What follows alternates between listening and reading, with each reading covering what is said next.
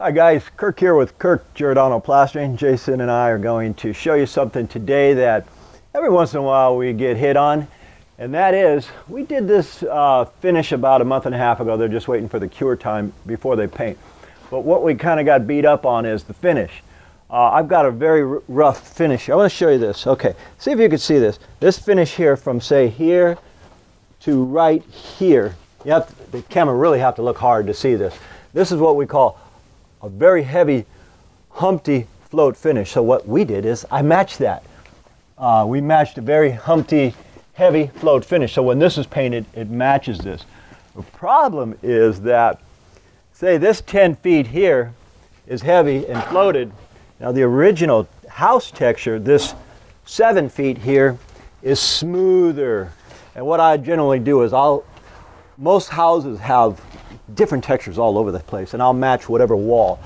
Well, she says, Kirk, I want you to match this one, not the patchwork. And I thought, fair enough. So what I'm going to show you today is how we fix that. We're going to be here about six hours. I actually got my buddy Tim, who also does a lot of this kind of work. And Tim was telling me, man, I just got beat up doing something like that, explaining that same situation. So I'm going to show you how we fix that. I'm just going to briefly show you how it's done. I mean, that's what we do for a living. We fix stuff, even our own stuff. Say, for example, since we're on this wall, I'll just show you on this wall. Now, this is too heavy. You can see too much grit come out. So what generally I'll do is I'm gonna put a coat on it. And I'm using a finer material. This is kind of like Santa Barbara Smooth Mission Finishes is what I'm putting on now. And what that does is it gives it a smoother appearance.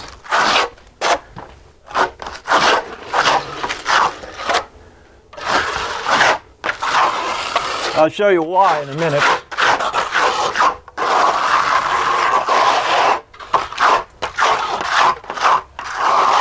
Okay, hold off just for a sec, Tim. Let me finish this explanation. Okay, now that we've smoothed out all the grit, what I'll do is take a little bit more mud, and I'm going to go back with the original pattern they have here. The original pattern is like 6 foot long little pieces. So they're going here, here, here, here, here.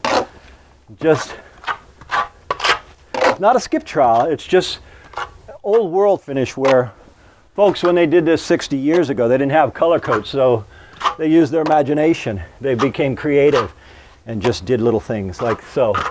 So anyhow, what this does now is these clumps are going to have to dry, and then I'm going to take a green sponge float and hit them. Now let's see here. Green sponge float.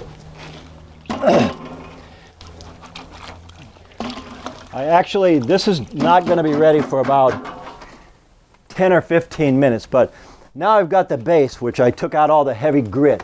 The base that I just applied takes out the heavy grit, and we no longer have this right here. This heavy grit is going to be gone now. So what they're going to end up is 7 feet of the original, 10 feet of something else, and then we're going back to original. But sometimes we can't always catch that kind of stuff.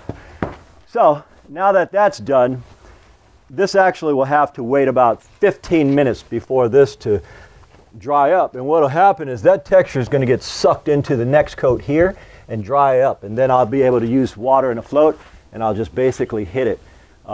Once this dries up, I can just put water on this and just go right over it, and that'll give me the exact same finish that they started off with. So it'd take about 15 minutes to show you what I mean, but just for the sake of, we're going to knock this out. Just for the sake of it, I'll do it,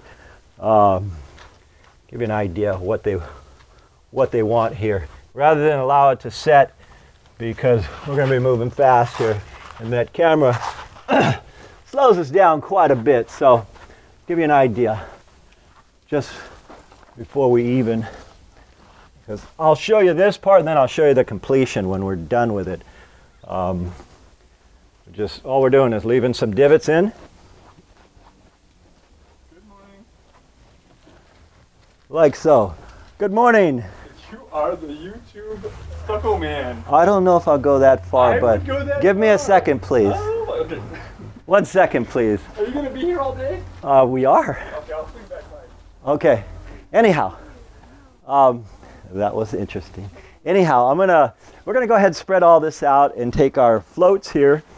This reminds me of an old movie we watched with The Odd Couple, where the fella, he just assumed one thing, and I just assumed that they wanted me to match the finish there, where every once in a while we get, I don't care how many years you've been in the trade, every once in a while you'll get something like that, where you put one finish because you think, oh gee whiz, that's what they want, and then they'll say, well, just this is what I want. I've been in this trade 30 years, so this is not the first time I've experienced something like this. Anyway, this is what we're gonna do, and when I get done with everything, I'll show you what I'm referring to, because they're allowing this to dry before painting. It's already had several months because they're waiting on doors and windows here and there. So you get the idea right here. When we get done with everything, I'll give you one final showing of it. Okay guys, we are still at it. We're gonna be here pretty much all day. Little 6-inch patches here and there. You see what the wall looks like, if the camera will show that in the sun and shade. All it is just a different finish. Tim is floating that in. We decided to, rather than have one texture here, one here, we decided to put a bonding agent over this and completely get this wall uniform. This is one of those jobs that, I don't know, however much time you folks have in, and plumbers, electrician, you always find something that you'll miss. On this particular house, there were about 10, 15 different things. I said, well, you got to do this before we do it. You got to do this, that. The windows need to be in. There were so many little things that every once in a while you miss something. No matter how, I've found that in this trade, no matter how much we do it, you're still going to miss something. So anyway, these folks are real great people. It's always nice to come back, and we could at least show you guys that no one's perfect, no matter how much time you got in. Anyhow, my name is Kirk. That's Tim. Jason on the camera, of course, and he's helping us do this. And as usual, folks, we'll see you guys on the next one.